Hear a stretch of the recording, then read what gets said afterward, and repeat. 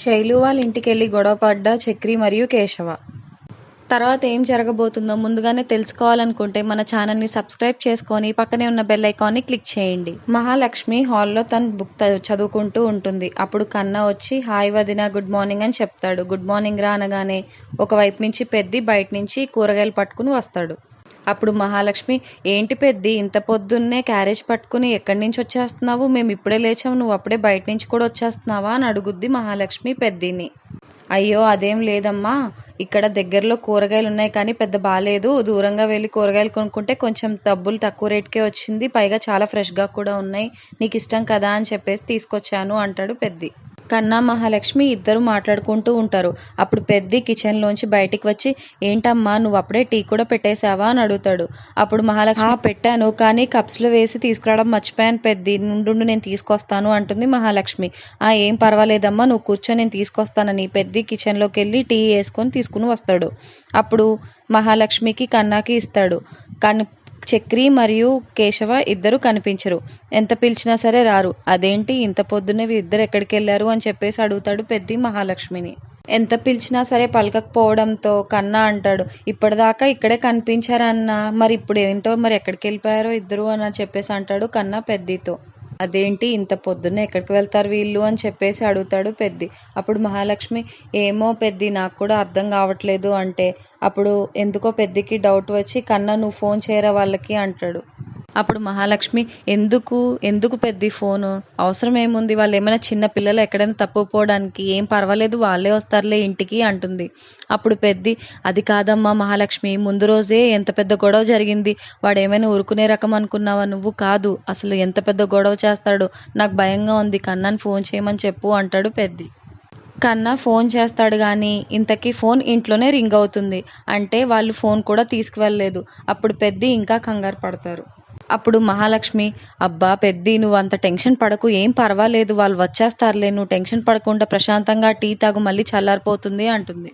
Tea తాగుతూ పెద్ది, ఒకవేళ ఆ అమ్మాయి వాళ్ళ ఇంటికి వెళ్ళలేదు కదా వీళ్ళు అంటారు. అప్పుడు కన్నా, అన్న నువ్వు ప్రతిదీ పిచ్చి పిచ్చిగా ఎక్కువ ఆలోచించేస్తున్నావు, ఏం పర్వాలేదు, వాళ్ళు ఎక్కడికి వెళ్ళరు, ఇంటికే వచ్చేస్తారులే, నువ్వేం కంగారు పడకు అంటాడు. మనం ఎవరం చెప్పొద్దు అనుకున్నాం, ఉన్నాడు కదా మా నాన్న, బయట నుంచి వచ్చేసి మొత్తం తెగ అరిచేస్తూ కూర్చున్నాడు, ఏమవుతుందో ఏంటో అని భయంగా ఉంది నాకు, అంత అరిచేసేసరికి వాడికి కూడా కోపం వచ్చింది, నాకు తెలిసి వాళ్ళ ఇంటికే వెళ్ళుంటారని భయం వేస్తుంది నాకు అంటాడు పెద్ది. అప్పుడు మహాలక్ష్మి, ఏం పర్వాలేదు పెద్ది, ఏం కాదులే, నాకు తెలిసి ఏదైనా పనుండి వెళ్ళుంటారు అంతే అని చెప్పేసి అంటుంది. ఆ తర్వాత కన్నా అడుగుతాడు, అసలు నాకు తెలిసినంత వరకు కేశవ అన్నయ్యకి శైలుకి ఇద్దరికి సెట్ అవుతుందా అని అడుగుతాడు. ఏరా ఎందుకు, ఇద్దరు ప్రేమించుకున్నారు కదా, ఎందుకు సెట్ అవ్వదు అని అడుగుతుంది మహాలక్ష్మి. అంటే శైలు ఏమో లొడలొడ వాగేస్తుంది, అన్నయ్య ఏమో అసలు ఏమీ మాట్లాడు, వాళ్ళిద్దరికి ఎలా సెట్ అవుతుంది అంటాడు కన్నా. అప్పుడు మహాలక్ష్మి, ఎవరి గురించి మాట్లాడుతున్నావు నువ్వు? కేశవానా? అతను ఎందుకు మాట్లాడు, వాళ్ళిద్దరు చక్కగా మాట్లాడుకుంటారు అని చెప్పేసి అంటుంది మహాలక్ష్మి. అప్పుడు పెద్ది, నువ్వు ఇంకా చిన్నపిల్లోడివి, ఆ విషయాలన్నీ నీకెందుకు, నువ్వు ముందు టీ తాగు అంటాడు. మహాలక్ష్మి కన్నా ఇద్దరు బాగానే ఉంటారు కానీ పెద్ది చూపంతా గుమ్మం వైపే ఉంటుంది, వీళ్ళిద్దరు ఎక్కడికి వెళ్ళారా అని. తర్వాత కేశవ చక్రి ఇద్దరు బైక్ మీద ఒక సందులో వెళ్తూ ఉంటారు. ఎక్కడ ఇల్లు, ఎక్కడ వీళ్ళిల్లు, అసలు ఎక్కడ అని చెప్పేసి అడుగుతూ ఉంటాడు చక్రి.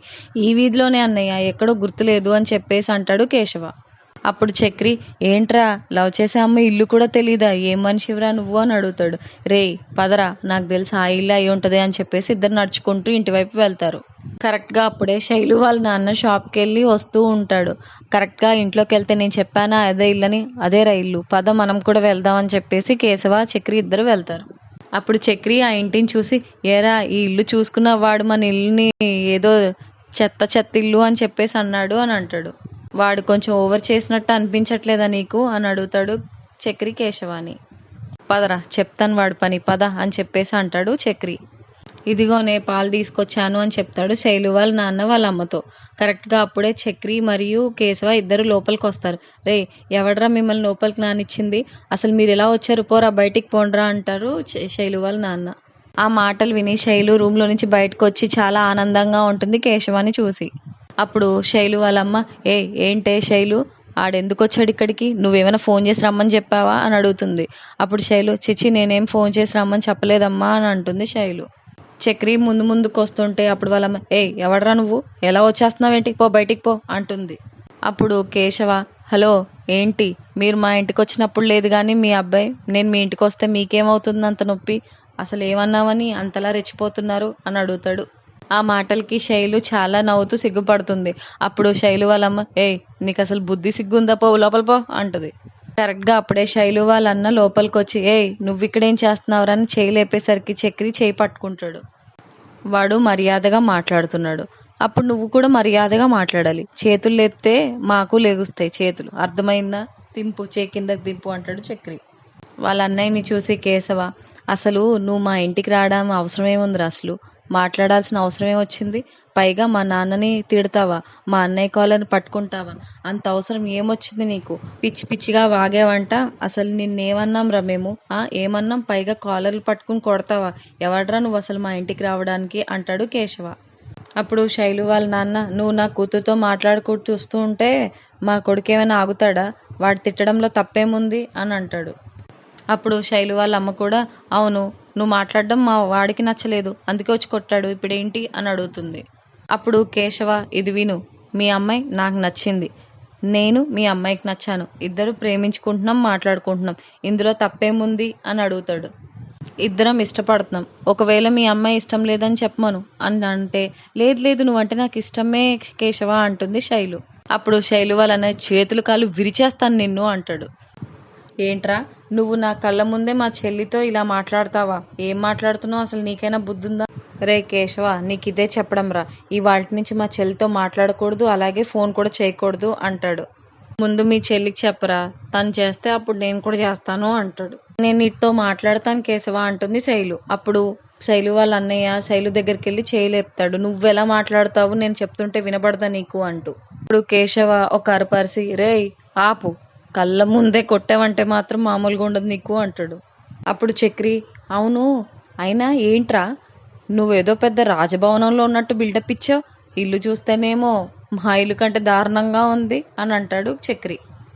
నువ్వు మాట్లాడిన మాటలకి నువ్వేదో బంగ్లాలో ఉంటావు అనుకున్నాను రా నేను, మీ ఇల్లు చాలా దారుణంగా ఉంది, మా ఇల్లు ఇంకా చాలా విశాలంగా ప్రశాంతంగా ఉంటాం మేము అంటాడు చక్రి. మాది ఇంకా సొంత ఇల్లు, మీది అద్దిల్లు, అది కూడా ఇలాంటి ఇల్లు, చూస్తుంటేనే నవ్వొస్తుంది అంటాడు చక్రి.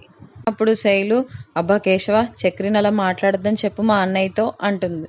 అప్పుడు మీ అన్నయ్య మా ఇంటికి వచ్చి ఇలాగే మాట్లాడాడు, అప్పుడేమైంది అని అడుగుతాడు కేశవ. అప్పుడు శైలు వాళ్ళమ్మ, నీకు ఇప్పుడు బుద్ధి వచ్చిందా అని అడుగుద్ది శైలుని. అప్పుడు శైలు వాళ్ళ నాన్న, ఇంక మాట్లాడింది చాలు, ఏ మాటకైనా ఒక లిమిట్ ఉంటుంది, ఇంక మీరు వెళ్ళిపోండి అంటాడు.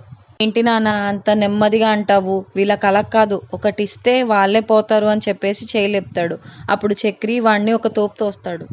అప్పుడు శైలు, ప్లీజ్ కేశవ వెళ్ళిపోండి, ఇద్దరు వెళ్ళిపోండి ఇక్కడి నుంచి అంటే, సరేరా పద అని చెప్పేసి ఇద్దరు బయటకు వచ్చేస్తారు.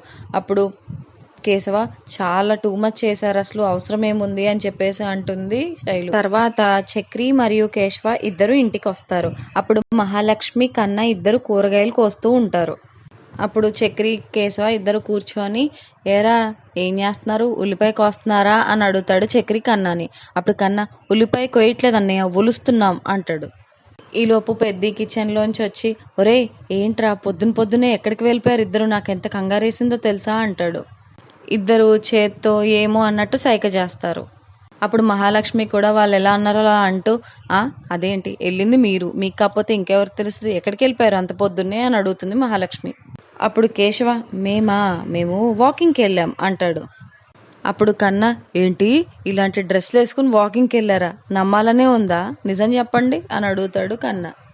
అప్పుడు చక్రి, రేయ్ ఏంట్రా జాగింగ్ వెళ్ళామని కదా మనం, వాకింగ్ అని చెప్తావేంటి, అవునరా మేము పొద్దున్నే జాగింగ్కి వెళ్ళాము అంటాడు చక్రి.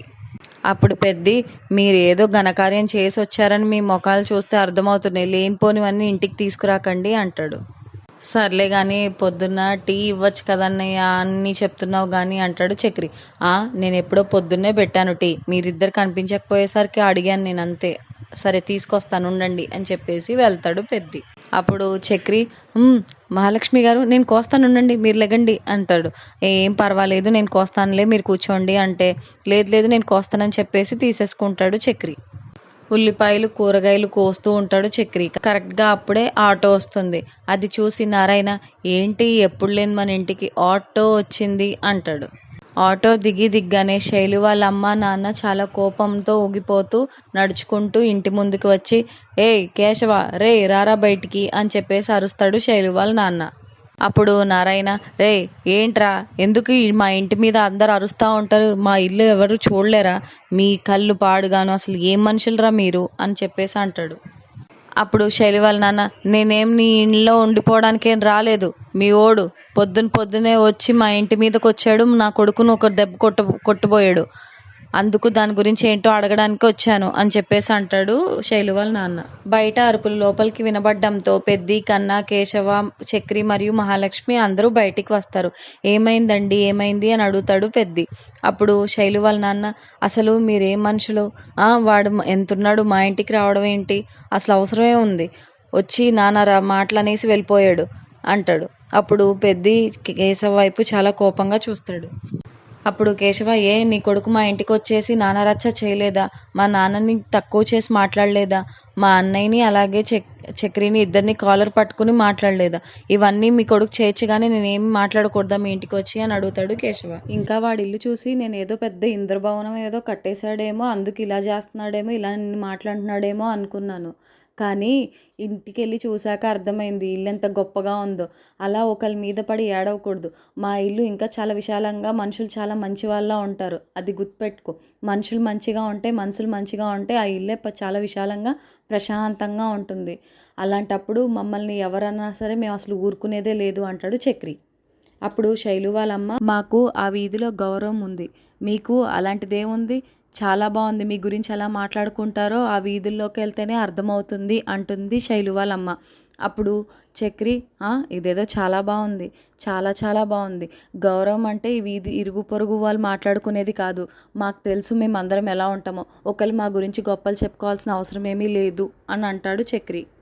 ఇలా వాళ్ళు వీళ్ళు ఇద్దరికిద్దరు చాలా దారుణంగా మాట్లాడుకునేసరికి ఇవన్నీ విని మహాలక్ష్మికి కోపం కట్టలు తెంచుకుని వస్తుంది.